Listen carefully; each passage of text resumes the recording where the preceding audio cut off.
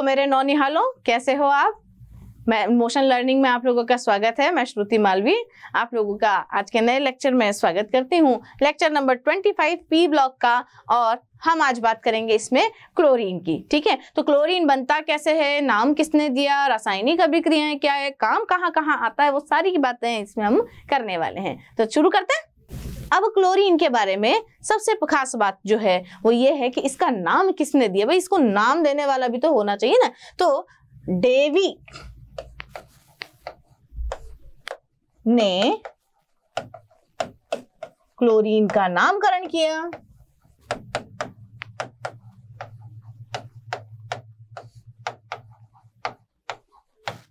जिसमें क्लोरीन जो है उसका मतलब होता है, ये जो क्लोरीन जो वर्ड लिया गया है ये लिया गया है क्लोरस से, है ना। क्लोरस से क्लोरीन जो शब्द है वो लिया गया है क्लोरस से, और क्लोरस का जो मतलब होता है वो होता है हरा पीला। हरा पीला, यहाँ पर क्लोरस का जो मतलब होता है वो कैसा होता है, हरा पीला।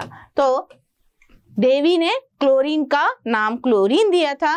किस आधार पर दिया था? क्लोरस के आधार पर, क्योंकि इसको क्लोरीन कैसा दिखा था, हरा पीला कलर का क्लोरीन आप इसको यहाँ से प्राप्त हुआ था। इसके बाद में डेवी ने क्लोरीन को सिर्फ नाम दिया था, ध्यान रखिएगा, नामकरण किया था डेवी ने, परंतु इसे खोजने वाले जो वैज्ञानिक हैं वो कोई और है ना। तो क्लोरीन की खोज, क्लोरीन की खोज शैले, है ना। बुक्स में आपको शीले देखने को भी मिलेगा, शैले देखने को भी मिलेगा, बट जब अंग्रेजी में जब नाम लिखा जाता है तो उसका प्रोनाउंसिएशन शैले ही निकलता है। तो क्लोरीन की खोज शैले ने की थी।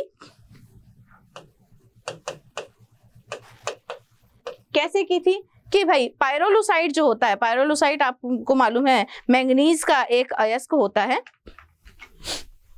मैंगनीज के एक अयस्क को MnO2 को पायरोलुसाइट बोलते हैं बच्चों, पायरोलुसाइट। इस पायरोलुसाइट की HCl से अभिक्रिया द्वारा शैले ने इसकी खोज की थी कि बनता कैसे है। इसका निर्माण सबसे पहले किसने किया था? शैले ने किया था। कैसे बनाया था? देखिए कि पायरोलुसाइट को HCl के साथ में गर्म किया और क्या बनाया,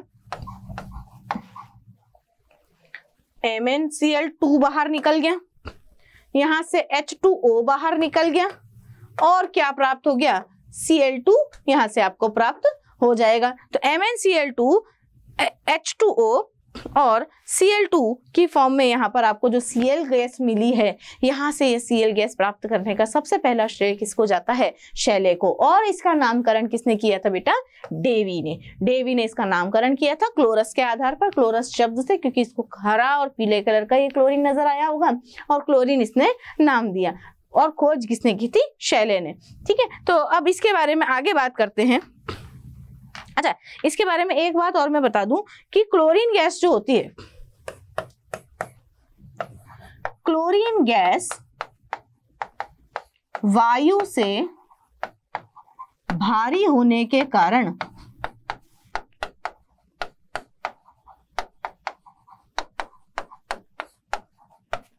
यह वातावरण में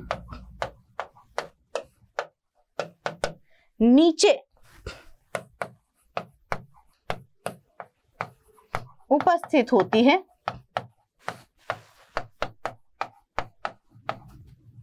तथा अन्य गैसों को ऊपर की ओर विस्थापित करती है, विस्थापित करती है। भाई सीधी सी बात है, जो गैस भारी होगी वो नीचे पाई जाएगी और जो गैस हल्की होगी वो ऊपर पाई जाएगी। तो क्लोरीन जो है बाकी की जो गैसें वायु में उपस्थित होती है, हाइड्रोजन, ऑक्सीजन, कार्बन डाइऑक्साइड वगैरह, इन सभी से भारी होती है, इसलिए इनको सबको ऊपर की तरफ विस्थापित कर देती है और खुद कैसी रहती है, नीचे की तरफ रहती है। इसलिए जहां भी क्लोरीन का रिसाव हो जाता है, तो क्लोरीन के रिसाव होने की वजह से क्या है, नीचे की तरफ तो क्लोरीन और ऊपर की तरफ अन्य गैसें भरी हुई होती है। तो हमें कैसी होती है, हमें ऑक्सीजन नहीं मिल पाती है, कैसी फीलिंग आती है, घुटन होने लगती है। तो इसलिए क्लोरीन का रिसाव होने पर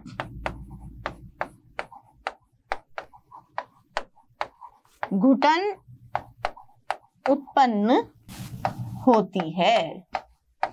मतलब क्या हो रहा है कि क्लोरीन का यदि कहीं रिसाव हो रहा है ना बच्चों, तो क्लोरीन का रिसाव होने पर क्या होता है, क्लोरीन जो कि भारी गैस है वायुमंडल में नीचे की तरफ एक परत बना लेती है और बाकी की जो गैसें हैं उनको ऊपर की तरफ विस्थापित कर देती है। अब क्लोरीन भारी होने की वजह से यदि क्लोरीन का कहीं रिसाव हो रहा है तो वो नीचे की तरफ उपस्थित होगी। हम भी कहाँ रहते हैं, नीचे ही रहते हैं। तो आपको पता है कि अर्थ की सरफेस पे नीचे जो भी गैस रहेगी वो हमारे सांस लेने पर ज्यादा हमारी बॉडी में चली जाएगी और हमें ऑक्सीजन की कमी होगी, जिसकी वजह से हमें क्या उत्पन्न हो जाएगी, घुटन उत्पन्न हो जाएगी, सिर दर्द करने लगेगा। आप जब भी लेबोरेटरी में क्लोरीन वगैरह बनाते हैं और टेस्ट लगाते हैं ना, उसको सूंघ सूंघ करके देखते हैं तो एक गैस ऐसी निकलती है बिल्कुल कलरलेस, ऐसे व्हाइट कलर के फ्यूम्स निकलते हैं और उसको सूंघे, धीरे धीरे सूंघना, एकदम से मत सूंघ लेना वरना सिर में चढ़ जाएगी। वही होती है आपकी क्लोरीन गैस। क्या हो रहा है, Cl2 गैस वायु से भारी होने के कारण। हाँ, यहाँ से एक चीज और सीखने को मिल रही है, क्या कि अपने आंसर को चेक जरूर कर लें। ठीक है, तो क्लोरीन गैस वायु से भारी होने के कारण यह वातावरण में नीचे उपस्थित होती है तथा अन्य गैसों को ऊपर की ओर विस्थापित करती है। इसलिए Cl2 का रिसाव होने पर घुटन का वातावरण हो जाता है या घुटन उत्पन्न होने लगती है। ठीक है, नामकरण किसने दिया, डेवी ने। बनाई किसने, शैले ने। और क्या करती है, घुटन उत्पन्न होती है। तो एक क्वेश्चन का आंसर है। हाँ, बोर्ड में एक क्वेश्चन आया हुआ है बच्चे, बोर्ड में क्वेश्चन आया था, क्लोरीन का वातावरण या क्लोरीन के रिसाव होने पर घुटन का वातावरण उत्पन्न क्यों हो जाता है, यूं हो जाता है। अब हम क्लोरीन के विरचन की अन्य विधियों के बारे में बात करेंगे। वो तो चलो शैले ने दी थी, अन्य विधियां भी यहाँ पर हैं, तो अन्य विधियों के बारे में भी हम यहाँ पर चर्चा कर लेते हैं विरचन की विधियों में। तो विरचन की विधियों में पहले हम बात करेंगे पोटेशियम परमैंगनेट की अभिक्रिया हम करवाएंगे HCl के साथ में। तो देखिए, पोटेशियम परमैंगनेट के साथ पहली है पोटेशियम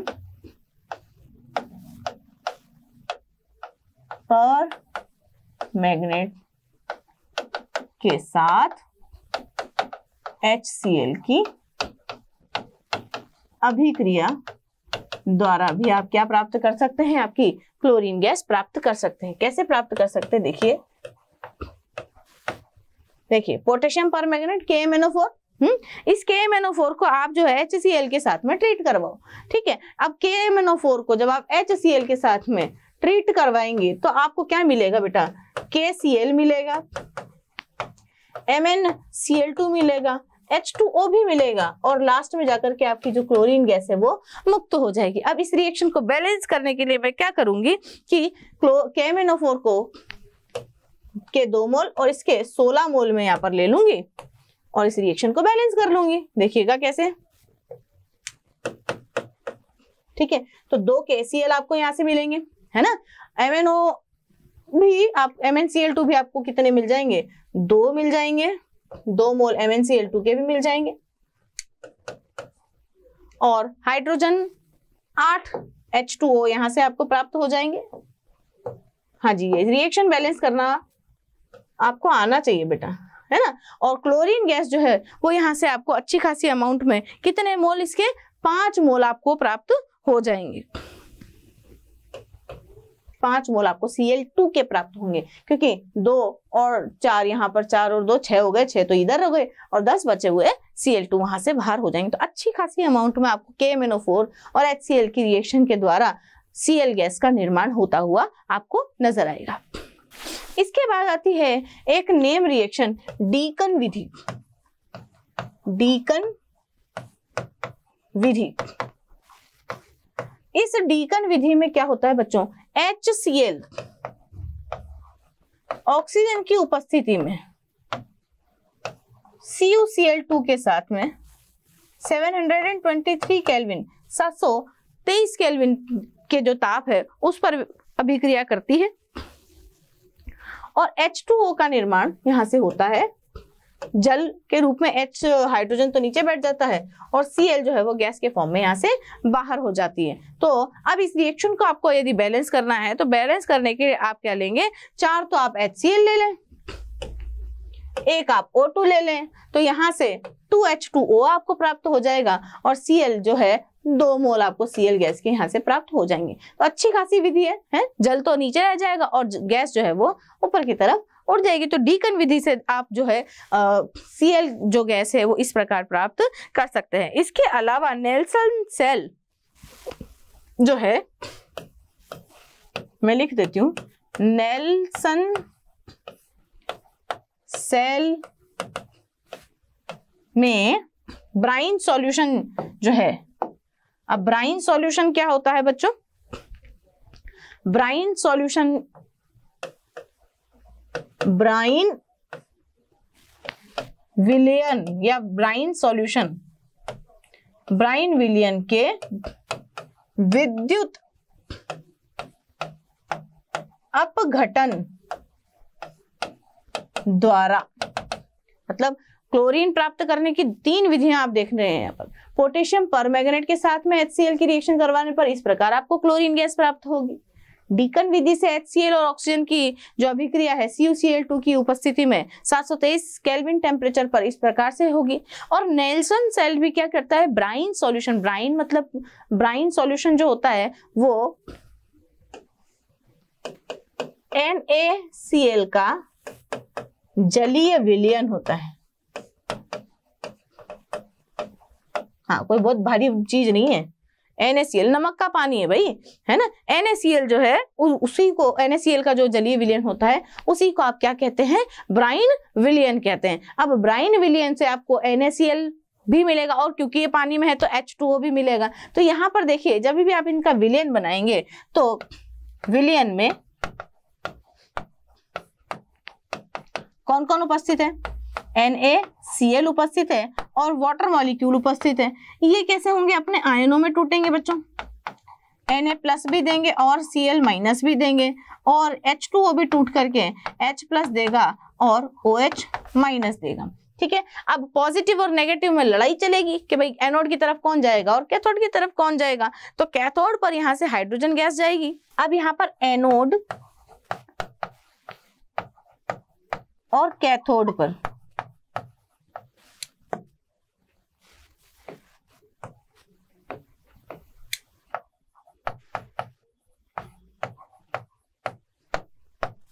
ठीक है, एनोड पर और कैथोड पर जाने के लिए हाइड्रोजन OH में, है ना, हाइड्रोजन में, सोडियम में, क्लोरीन में, इन सभी में लड़ाई होगी। अब जीतेगा कौन, जीतेगा कौन, जिसका SRP वगैरह जो आपने इलेक्ट्रोकेमिस्ट्री में पढ़ा था ना, उसके अकॉर्डिंग अब आप यहाँ पर जो है इनमें से कौन जाएगा और इनमें से कौन जाएगा निर्धारण आप कर सकते हैं। तो कैथोड पर देखिए आप, हाइड्रोजन जाएगा, ठीक है, और एनोड पर कौन जाएगा, Cl- जाएगा। अब Cl- के 2 मोल यदि कैथोड पर जाते हैं, ठीक है, तो कैथोड पर जाने के बाद में ये Cl जो है वो अपने अंदर से 2 इलेक्ट्रॉन बाहर निकाल देगा और 2 इलेक्ट्रॉन घूमते घूमते कहाँ जाएंगे बेटे, कैथोड पे जाएंगे और हाइड्रोजन जो है वो ये 2 इलेक्ट्रॉन लेकर के हाइड्रोजन गैस के रूप में मुक्त हो जाएगा। तो आपको एनोड पर तो कौन सी गैस प्राप्त होगी बच्चों, क्लोरीन गैस प्राप्त होगी और कैथोड पर कौन सी गैस प्राप्त हो रही है, हाइड्रोजन गैस प्राप्त हो रही है। तो एनोड पर क्लोरीन और कैथोड पर हाइड्रोजन गैस, यानी कि एक पंथ 2 काज, है ना, हाइड्रोजन भी मिल रही है और क्लोरीन भी मिल रही है। अच्छा, और बचा हुआ जो सॉल्यूशन है,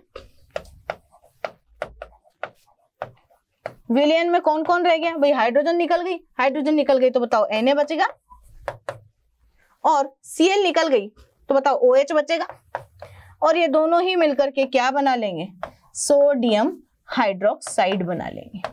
तो विलयन जो है उसमें क्या बचेगा आपका, सोडियम हाइड्रोक्साइड। एनोड पर क्या निकलेगी आपकी, क्लोरीन गैस और कैथोड पे कौन निकल रहा है आपकी, हाइड्रोजन गैस। तो इस प्रकार से नेल्सन सेल जो है ब्राइन विलयन का या ब्राइन सॉल्यूशन का इलेक्ट्रोलिसिस करके, जो आपने इलेक्ट्रोकेमिस्ट्री चैप्टर में पढ़ा है, बिल्कुल उसी प्रकार का इलेक्ट्रोलिसिस यहाँ से होगा और आपको क्लोरीन गैस प्राप्त हो जाएगी। तो क्लोरीन गैस के विरेचन की ये जो 3 विधियां हैं अच्छी तरीके से याद कर लेना। 3 बार लिख करके देख लेना और मुझे याद कर लेना। आगे चलते हैं।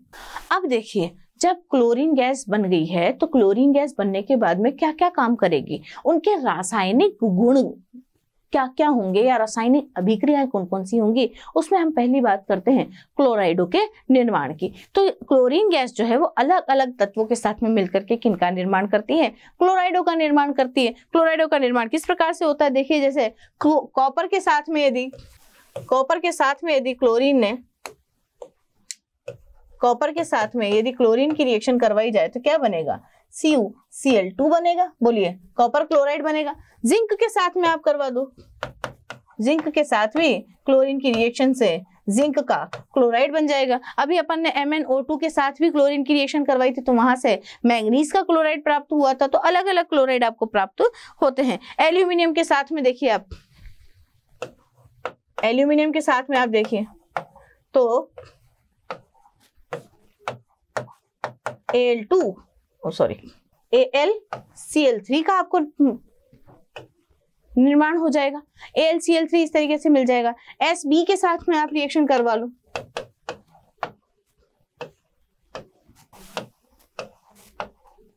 SbCl2 आपको देखने को मिलेगा। तो इस प्रकार से जब भी आप क्लोरीन की रिएक्शन किसी भी तत्वों के साथ में करवाते हैं तो आपको उन तत्वों के क्या प्राप्त होते हैं, क्लोराइड प्राप्त होते हैं। जैसे आयरन के भी 2 तरह के क्लोराइड होंगे।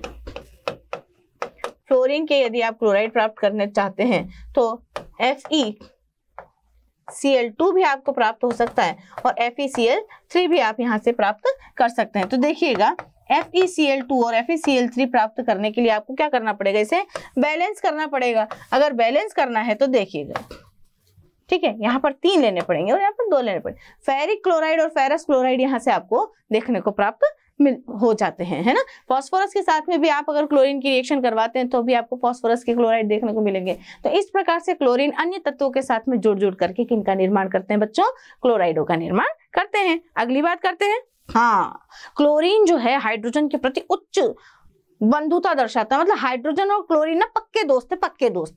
जहां भी हाइड्रोजन को क्लोरीन देखने को मिलेगी ना, दोनों आपस में जुड़ करके HCl का निर्माण कर जाते हैं। देखिए किस प्रकार से, आप देखो सीधा सीधा H2 जब Cl2 के साथ में मिलेगी तो यहाँ से 2 HCl देखने को आपको मिल जाएगा। ये तो हुई जब ये अलग अलग थे, हाइड्रोजन और क्लोरीन जब अलग अलग थे तब की बात हो रही थी, है ना। अब हाइड्रोजन यदि किसी और के साथ में भी बंध बना रहा है, जैसे कि H2S आपने लिया है, इसके साथ में भी यदि क्लोरीन ने दिख गया इसको, तो ये दोनों मिलकर के HCl का निर्माण कर लेंगे और सल्फर को बाहर निकाल देंगे। बड़ी उच्च बंधुता होती है हाइड्रोजन और क्लोरीन की। तो सीधी सी बात है, the moral of the story is, जहां भी हाइड्रोजन वाले तत्व दिख जाएं, कंपाउंड दिख जाएं, यौगिक दिख जाएं और साथ में Cl दिख जाए, तो सबसे पहले क्या उड़ाना है, HCl। ठीक है, तो हाइड्रोजन के प्रति उच्च बंधुता के कारण ये अन्य तत्वों को विस्थापित कर देता है। अब देखो, तारपीन का तेल, एक होता है तारपीन का तेल, तारपीन का तेल। अब पता है आपको, तारपीन के तेल को भी हम केमिस्ट्री में लिख सकते हैं। कैसे लिख सकते हैं, तारपीन का तेल जो है इसको C10H16 लिख सकते हैं। ये देखो जी, ये C10H16 जो है ना, यही आपके तारपीन का तेल है। ठीक है, इसको आप तारपीन का तेल, हाँ बाकी आयुपेसी नाम आप खुद बनाइएगा। ठीक है, तो तारपीन के तेल की जो अभिक्रिया है वो भी यदि क्लोरीन के साथ में करवाई जाए, तारपीन के तेल में क्लोरीन डाल दो आप, 8Cl2 डाल दो, मतलब जितने हाइड्रोजन दिख रहे हैं ना उससे जस्ट आधा Cl2, क्योंकि वो डबल में है ना, डाल दो तो आपको यहाँ से कितने 16 मोल मिलेंगे HCl के और 10 कार्बन यहाँ से अलग। तारपीन का तेल लाओ, क्लोरीन गैस डालो, HCl मिल जाएगा। ठीक है, एसिड बनाने की विधि। तो ऐसे घर में बनाना मत, नुकसान हो जाएगा। तो तारपीन का तेल जो है उसको, उसकी अभिक्रिया भी जब क्लोरीन के साथ में करवाते हैं तो आपको HCl प्राप्त होता है। तो इसका कहने का मतलब है रिएक्शन का कि क्लोरीन जो है वो हाइड्रोजनों के प्रति बड़ी उच्च बंधुता दर्शाती है ना। अगली बात हम करते हैं अमोनिया के साथ में क्रिया। अब अमोनिया के साथ में जो है ये क्रिया करके बड़ा ही अजीब टाइप का एक अस्थायी यौगिक का निर्माण करती है। मतलब क्या हो रहा है कि अमोनिया में जो NH3 है, इसके साथ में भी 3 Cl2 इस प्रकार से मिलकर के भाई जितना हाइड्रोजन है उतना तो HCl बनना ही है, ये तो फिक्स हो गया अब, है ना, ये तो आप सब समझ गए अच्छी तरीके से। अब एक नाइट्रोजन के साथ में 3 Cl बड़ा अस्थायी यौगिक निर्माण कर रहे हैं, मतलब भले ही दूसरा यौगिक अस्थायी हो जाए, हमें तो HCl बनाना है। अस्थायी यौगिक का निर्माण यहाँ से ये Cl करती है हाइड्रोजन को विस्थापित करके। इसके अलावा भी देखो, अगर आपने Cl2 को आधिक्य में लिया तो अस्थायी यौगिक बनेगा, परंतु यदि आपने अमोनिया को आधिक्य में लिया तो देखिए क्या होगा। अगर आप अमोनिया को आधिक्य में लेंगे तो आपको मिलेगा अमोनियम क्लोराइड। अमोनियम क्लोराइड का निर्माण होगा और अमोनियम क्लोराइड अपने आप में जो है वो बड़ा स्थायी यौगिक है। तो यहां से देखिएगा, और यहां से क्या प्राप्त होगी आपको, Cl2। Cl2 यहां से आपको अलग प्राप्त, सॉरी N2 आपको अलग प्राप्त हो जाएगी। यहां से ले लो आप इसको 8, इसको 3, इसको 6 और ये N2। अब जाकर के रिएक्शन बैलेंस हो जाएगी। तो यदि आप क्लोरीन को आधिक्य में लेते हैं तो एक अस्थायी यौगिक का निर्माण होता है, परंतु अमोनिया को क्लोरीन के साथ में जब आधिक्य में लिया जाता है तो अमोनियम क्लोराइड, अमोनियम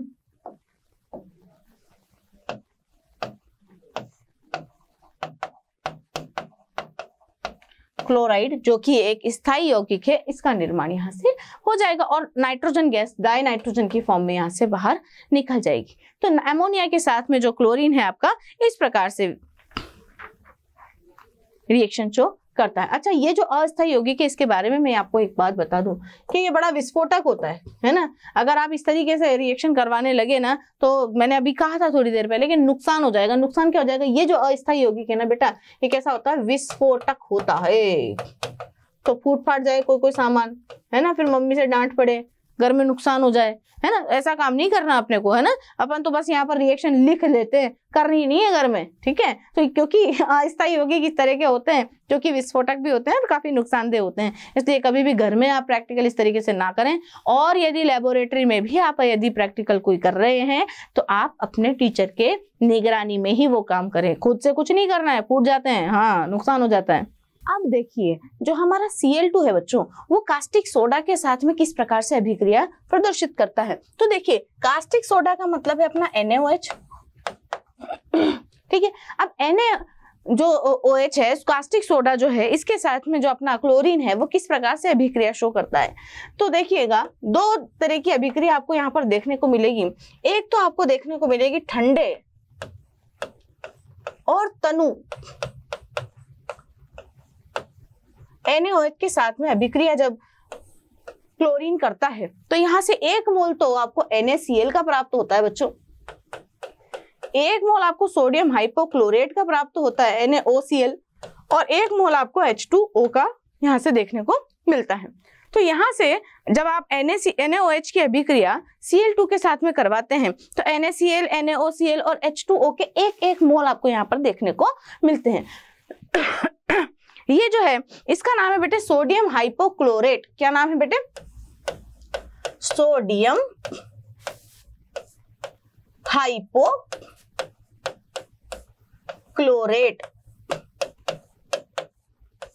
ठीक है। मतलब कहने का मतलब ये है कि जब कास्टिक सोडा क्लोरीन के साथ में रिएक्शन करता है तो 1 मोल NaCl और H2 तो हमेशा ही निकलते, पर यहाँ खास बात क्या है कि सोडियम हाइपोक्लोरेट आपको देखने को मिलता है कास्टिक सोडा अगर ठंडा या तनु हो तो। परंतु यदि कास्टिक सोडा जो है गर्म हो और सांद्र हो, मतलब जस्ट ऑपोजिट कंडीशन, गर्म और सांद्र, गर्म और सांद्र NaOH की उपस्थिति में ये ही रिएक्शन जो है इसमें NaCl और H2O तो आपको जैसे यहां पर मिले हैं उसी प्रकार से मिलेंगे, परंतु यहां जिस प्रकार से आपको सोडियम हाइपोक्लोरेट मिला था ठंडा और तनु से, यहां पर आपको एक अलग कंपाउंड मिलेगा जो कि कौन होगा, सोडियम क्लोरेट। क्या होगा, सोडियम क्लोरेट, सोडियम क्लोरेट। प्रकार की अभिक्रिया आप देखेंगे। अभी से अभिक्रिया को बैलेंस करने के लिए आप कुछ इस प्रकार से यहाँ पर इसको 6 कर दो, 5 इधर हो गए, ये 6 हो गए, और H2 6 है, 3 कर देते हैं। तो इस प्रकार से आप रिएक्शन को अपने हिसाब से बैलेंस भी कर सकते हैं। ये तो कहने का अर्थ सिर्फ और सिर्फ इतना है इस रिएक्शन में कि Cl2 जो है या क्लोरीन जो गैस है वो ठंडे और तनु NaOH के साथ भी अभिक्रिया प्रदर्शित करता है और गर्म और सांद्र NaOH या कास्टिक सोडा के साथ भी अभिक्रिया प्रदर्शित करता है। किस प्रकार की अभिक्रिया प्रदर्शित करता है कि ठंडे और तनु के साथ में तो सोडियम हाइपोक्लोरेट देता है, परंतु गर्म और सांद्र NaOH के साथ में सोडियम क्लोरेट का निर्माण करता है। तो इतनी सी बात आप लोगों को यहाँ पर ध्यान रखनी है। NaCl और H2O जो है यहाँ से साइड प्रोडक्ट के रूप में आपको प्राप्त होते ही हैं। तो ध्यान रखने वाली क्या बात है, ठंडा या तनु है तो सोडियम हाइपोक्लोरेट, और गर्म और सांद्र है तो सोडियम क्लोरेट। वहां हाइपो है, ये बिना हाइपो वाला है, ठीक है। तो ये हाइपर है और ये बिना हाइपर वाला है, ठीक है। अगली बात हम करते हैं। अब देखिए, शुष्क बुझे चूने के साथ अभिक्रिया। देखो चूने 2 तरह के होते हैं, देखिएगा, सिर्फ जानकारी के लिए मैं ये चीज बता रही हूँ। एक तो होता है भाई कैल्शियम ऑक्साइड, एक होता है कैल्शियम हाइड्रोक्साइड, ठीक है। अब देखो, एक तो है कौन, चूने का पत्थर, है ना। एक तो कौन है बच्चों, चूने का पत्थर है ना, और एक है बुझा हुआ चूना, है ना, क्विक लाइम और बुझा हुआ चूना। ये वाला जो है आपका क्विक लाइम है ना, इसको आप क्विक लाइम बोलते हैं। अच्छा, चूने का पत्थर CaCO3, कैल्शियम कार्बोनेट को आप बोलते हैं चूने का पत्थर।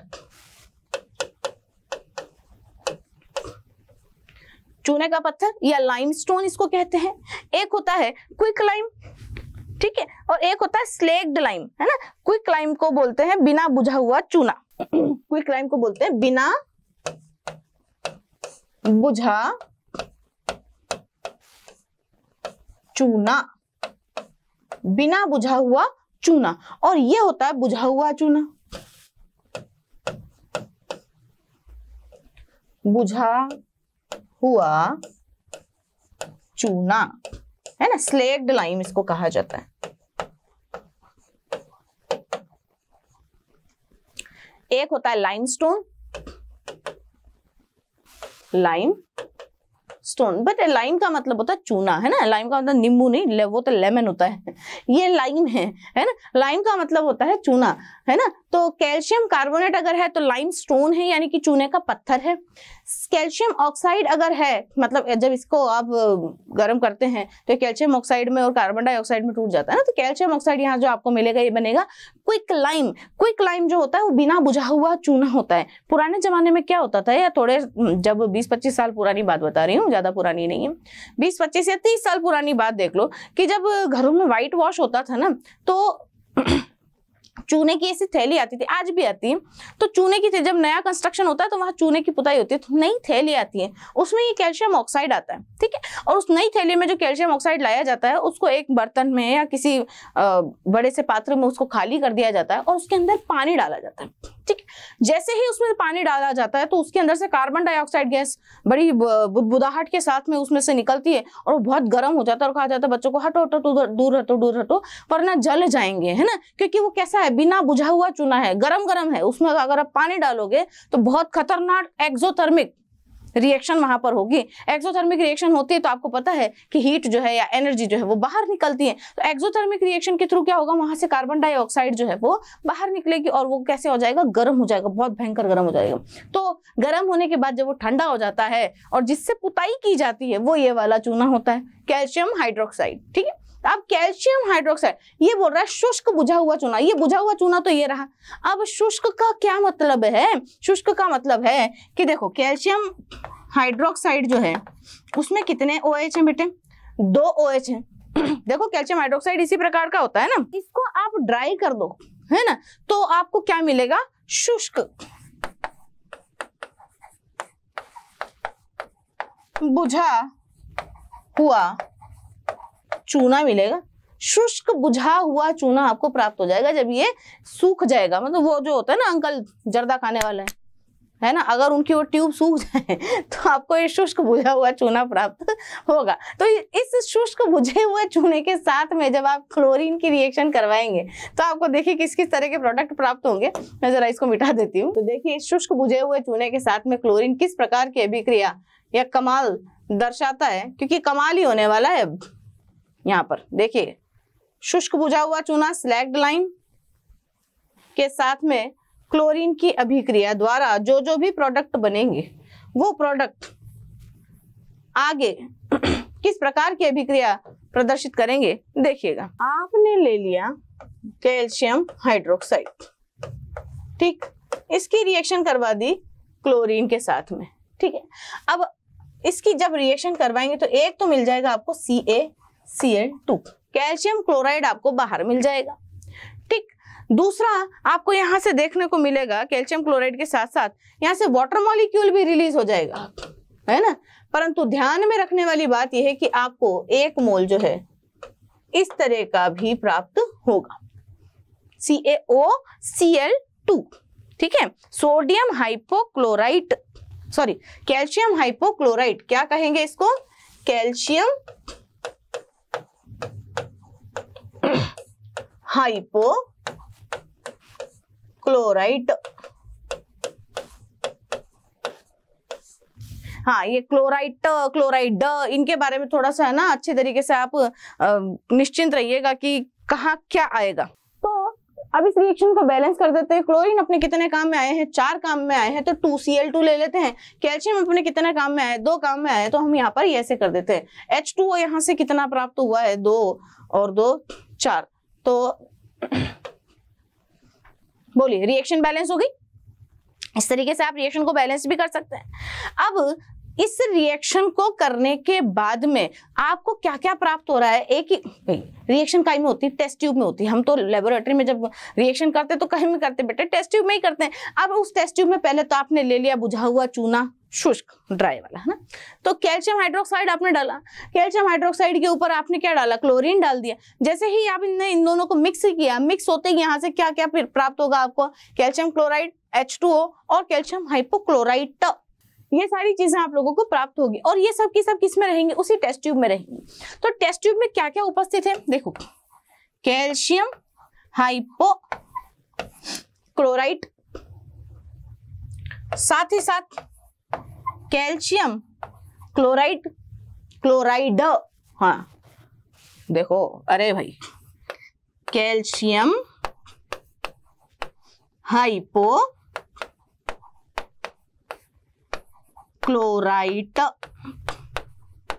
हाँ इसमें कैल्शियम हाइपोक्लोराइट है। और ये कौन है, कैल्शियम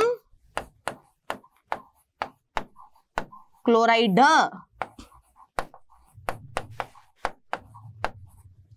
ये ट ड का ध्यान रखना भाई। तो कैल्शियम हाइपोक्लोराइट और कैल्शियम क्लोराइड जो है, इनका मिक्सचर और अल्प मात्रा में अपना कैल्शियम हाइड्रोक्साइड, अभी मैं भी तो हूं, ये भी तो बोलेगा कि थोड़ी बहुत एग्जिस्टेंस तो मेरी भी है ना। तो अल्प मात्रा में, अल्प मात्रा में है, हम कैसे हैं, अल्प मात्रा में है। तो अल्प मात्रा में कैल्शियम हाइड्रोक्साइड, कैल्शियम क्लोराइड और कैल्शियम हाइपोक्लोराइड का जो मिक्सचर है, यही क्या कहलाता है बेटा, आपका ब्लीचिंग पाउडर कहलाता है। इनके मिश्रण को ही क्या कहा जाता है, इन तीनों का जो मिश्रण है, इस मिश्रण को ही क्या कहा जाता है, ब्लीचिंग पाउडर। और आप जानते हैं कि ब्लीचिंग पाउडर क्या काम करता है, विरंजक चूर्ण। ब्लीचिंग पाउडर क्या काम करता है बच्चों, अच्छा इसका मूलानुपाती सूत्र यदि मैं बनाऊं, है ना, इन सब का मूलानुपाती सूत्र में यदि बनाऊं तो आएगा CaOCl2। ये क्या है, ब्लीचिंग पाउडर का मूलानुपाती सूत्र,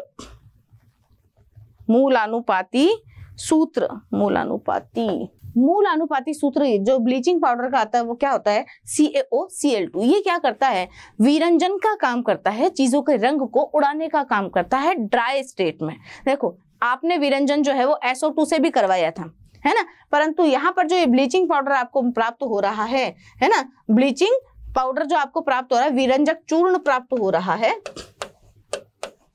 विरंजक चूर्ण जो यहाँ से आपको प्राप्त हो रहा है, ये विरंजक चूर्ण जो है वो ड्राई अवस्था में यानी कि शुष्क चीजों का कलर उड़ाने के काम में आता है, ब्लीचिंग करने के काम में आता है, और इनके ऑक्सीडेशन से या इनके हाइड्रेशन से वापस से आप जो है कलर्ड सब्सटेंस प्राप्त नहीं कर सकते। जबकि SO2 में क्या हुआ था, SO2 जो था वो नमी युक्त चीजों का रंग उड़ाने का काम करते थे, और वो नमी युक्त चीजें जो है वो वापस ऑक्सीडाइज होकर के रंगीन वस्तुओं में बदल जाती थी। जबकि यहाँ जो होने वाला विरंजन है ये कैसा होता है बच्चों, स्थायी विरंजन होता है। जबकि SO2 से होने वाला जो विरंजन था वो कैसा था, अस्थायी विरंजन था। क्लियर है बात। तो शुष्क बुझे हुए चूने के साथ में इस प्रकार की अभिक्रिया प्रदर्शित करता है। ये लो जी, आ गई बात विरंजक गुण की। अभी मैंने थोड़ी देर पहले आपको जब वो वाली अभिक्रिया समझाई थी उसमें आपने देखा था कि Cl2 किस प्रकार से विरंजक गुण प्रदर्शित करता है। ये देखिए, ये जो CaCl2 बना था आपको कैल्शियम हाइड्रोक्साइड क्लोरीन की रिएक्शन से आपको जो कैल्शियम हाइपोक्लोराइड, कैल्शियम क्लोराइड और H2O का जो मिक्सचर प्राप्त हुआ था, इसी मिक्सचर को क्या कहा जाता है, ब्लीचिंग पाउडर कहा जाता है, जिसका मूल अनुपाती सूत्र आपको CaOCl2 देखने को मिला था। तो इसका मतलब अपना जो Cl है वो कैसा है, विरंजक गुण रखता है। अब इस वाली स्लाइड में हम बात करेंगे अपने क्लोरीन के विरंजक गुणों के बारे में। देखिए चर्चा करते हैं। तो क्लोरीन के विरंजक गुणों के बारे में यहाँ पर चर्चा की जाएगी। ये जो क्लोरीन है ये जल के साथ में अभिक्रिया करके, भाई HCl तो ये अलग निकाल देती है, ठीक है, और यहां से एक नवजात ऑक्सीजन, कौन, नवजात ऑक्सीजन प्राप्त होती है। यही नवजात ऑक्सीजन किसी रंगीन पदार्थ को ऑक्सीकृत कर, ऑक्सीकरण, कौन सी अभिक्रिया होगी, ऑक्सीकरण की। तो रंगीन पदार्थ का जब नवजात ऑक्सीजन की उपस्थिति में ऑक्सीकरण होगा तो यह रंगहीन पदार्थ में बदल जाएगा। अब यहाँ होने वाला जो विरंजन है, अभी मैंने थोड़ी देर पहले आपको बताया कि ऑक्सीकरण द्वारा क्लोरीन जो है वस्तुओं का रंग उड़ाती है, और ये कैसा होता है, स्थायी होता है। जबकि SO2 जो थी वो नवजात हाइड्रोजन देती थी, है ना, और वो जो अपचयन द्वारा वस्तुओं का रंग उड़ाती थी, किंतु विरंजन उसका कैसा होता था, अस्थायी विरंजन वहां पर होता था, है ना। तो यहाँ अगर मैं लिखूं तो क्लोरीन ऑक्सीकरण द्वारा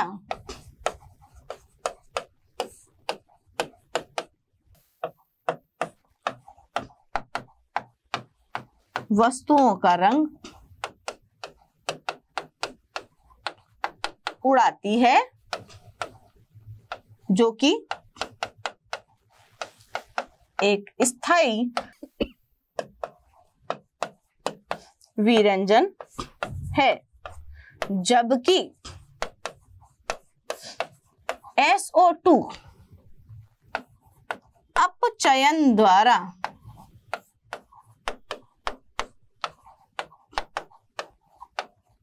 वस्तुओं का रंग उड़ाती है, जो वायु में सूखने पर पुनः ऑक्सीकृत हो जाते हैं, क्योंकि वायु में क्या उपस्थित है बेटा, ऑक्सीजन उपस्थित है, तो पुनः ऑक्सीकृत हो जाते हैं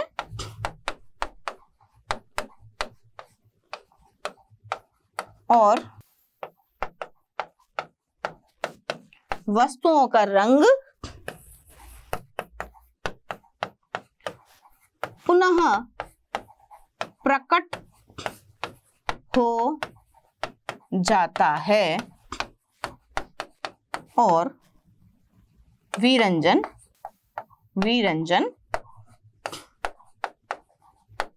अस्थायी हो जाता है।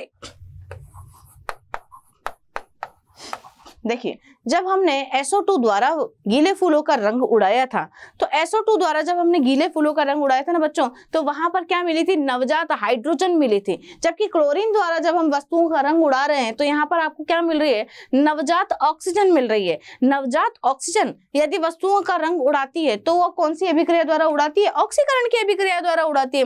और ऑक्सीकरण की अभिक्रिया द्वारा किया गया विरंजन स्थायी विरंजन होता है। जबकि SO2 में आपको क्या प्राप्त हुई थी? नेसेंट हाइड्रोजन, नवजात हाइड्रोजन प्राप्त हुई थी। और नवजात हाइड्रोजन द्वारा किया गया विरंजन अस्थायी विरंजन होता है, क्योंकि जब गीले फूलों का रंग आपने SO2 की सहायता से उड़ाया था तो वो गीले फूल सूखने पर ऑक्सीजन के संपर्क में आएंगे, वायु के संपर्क में आएंगे। वायु में ऑक्सीजन होती है और ऑक्सीजन जो है उन्हें वापस से ऑक्सीकृत कर देती है और फूल जो है सूखने के बाद में दोबारा अपना कलर प्राप्त कर लेता है। तो कलर जो है वो दोबारा से प्रकट हो जाता है और विरंजन कैसा हो जाता है? अस्थायी। तो बोर्ड में एक क्वेश्चन आपने देखा होगा, पुराने पेपर से आप उठा करके देखिएगा कि SO2 द्वारा किया गया विरंजन अस्थायी होता है जबकि क्लोरीन द्वारा किया गया विरंजन स्थायी होता है। क्यों? ये रहा आंसर। ठीक है, अब इस आंसर को अच्छे तरीके से पढ़ लीजिए। क्या बोल रहा है? क्लोरीन ऑक्सीकरण द्वारा वस्तुओं का रंग उड़ाती है जो कि एक स्थायी विरंजन है, जबकि SO2 अपचयन द्वारा वस्तुओं का रंग उड़ाती है जो वायु में सूखने पर पुनः ऑक्सीकृत हो जाते हैं और वस्तुओं का रंग पुनः प्रकट हो जाता है। और यह विरंजन जो है वो अस्थायी विरंजन होता है। आप चाहें तो वो अभिक्रिया भी लिख सकते हैं जो मैंने SO2 के टाइम पे आप लोगों को लिखवाई थी। तो इस प्रकार से आप क्लोरीन के विरंजन को भी समझा सकते हैं। साथ ही साथ क्वेश्चन जो बोर्ड में आया हुआ क्वेश्चन है उसका आंसर भी आप यहाँ से देख सकते हैं। अगली बात करते हैं क्लोरीन के ऑक्सीकारक गुण। अब क्लोरीन जो ऑक्सीकारक की तरह बिहेवियर करता है, क्योंकि अभी आपने देखा कि क्लोरीन जो है जल के साथ में अभिक्रिया करता है तो क्या देता है? नवजात ऑक्सीजन देता है और ऑक्सीकरण का काम करता है। तो क्लोरीन जो है ऑक्सीकारक गुण भी प्रदर्शित करता है। कुछ ऑक्सीकारक गुण आपको यहाँ पर देखने को मिलेंगे जो मैं अभिक्रिया यहाँ पर लिख रही हूँ, उनको आप गौर से देखिएगा। जैसे मैंने यहाँ पर लिखा Na2SO3, ये Na2SO3 क्लोरीन के साथ में अभिक्रिया करके और जल मिलाने पर क्या बनाता है? Na2SO4 बना देता है। तो देखिए Na2SO3 से इसने क्या कर दिया? Na2SO4 कर दिया। और यहाँ से आपको क्या प्राप्त हो जाएंगे? क्योंकि जल का मॉलिक्यूल आपने डाला है तो H2O यहाँ से आपको प्राप्त हो जाएगा। H2O भी आपको यहाँ से प्राप्त होगा। तो यहाँ पर देखने वाली बात यह है कि Na2SO3 जो है वो किस में कन्वर्ट हो गया है? Na2SO4 में बदल गया है। HCl निकलेगा बेटा, क्योंकि ये HCl के साथ में ट्वाइस ऑफ HCl बनाएगा और इसका ऑक्सीजन जो है वो Na2SO3 के साथ में जुड़ करके इसको सोडियम सल्फेट में कन्वर्ट कर देगा। ठीक है, सोडियम सल्फाइड नहीं, सोडियम सल्फेट। तो बताइए ऑक्सीजन का जुड़ना ही क्या होता है? ऑक्सीकरण होता है ना। ऐसे ही देखो आप फेरस सल्फेट FeSO4, FeSO4 जो है H2SO4 और Cl2 की उपस्थिति में जब रिएक्ट करता है ना, यहाँ Cl जरूरी है। क्यों? क्योंकि क्लोरीन का ही ऑक्सीकरण हम लोग समझा रहे हैं। तो Cl के साथ में जब ये रिएक्ट करता है तो देखिएगा आपको Fe2SO4 का होल थ्राइस मिलेगा और HCl यहाँ से प्राप्त होगी। तो Fe2SO4 SO4 2 और 1 3 हो गए और यहाँ से 2 HCl आप लोगों को बाहर देखने को मिलेगी। तो इस प्रकार किया गया जो ऑक्सीकरण है उसमें आप देखो यहाँ पर जो Fe था उसकी ऑक्सीकरण संख्या कितनी थी? 2 + थी, यानी कि यहाँ पर फेरस आयन के रूप में उपस्थित था। इस फेरस आयन को हमारे क्लोरीन ने क्या किया है? Fe3+ आयन में बदल दिया है। तो देखिए ऑक्सीकरण अंक का बढ़ना ही क्या कहलाता है? ऑक्सीकरण कहलाता है। और इस आयन का नाम है फेरिक आयन। फेरिक आयन में बदलने का काम भी किसने किया है? क्लोरीन ने किया है। तो क्लोरीन ने एक तरीके से आयरन का क्या कर दिया है? ऑक्सीकरण कर दिया है। उधर फेरस था Fe2+, इसको इधर कन्वर्ट कर दिया फेरिक सल्फेट में। ठीक है, इसी प्रकार से SO2 वगैरह का भी, आयोडीन वगैरह का भी जो है विरंजन ऑक्सीकरण कर देती है। किस प्रकार? SO2 की अभिक्रिया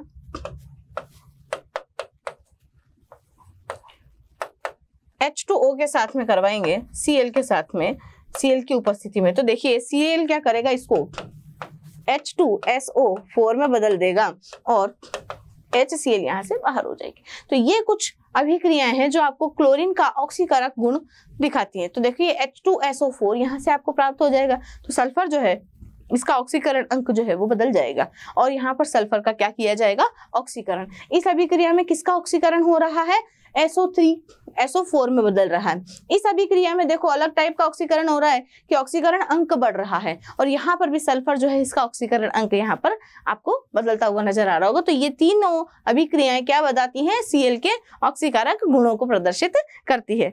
इसके बाद हम बात करते हैं बच्चों क्लोरीन के उपयोग की, है ना। अब क्लोरीन का जो उपयोग है, क्लोरीन देखो विषाक्त गैसें बनाने का काम करती है।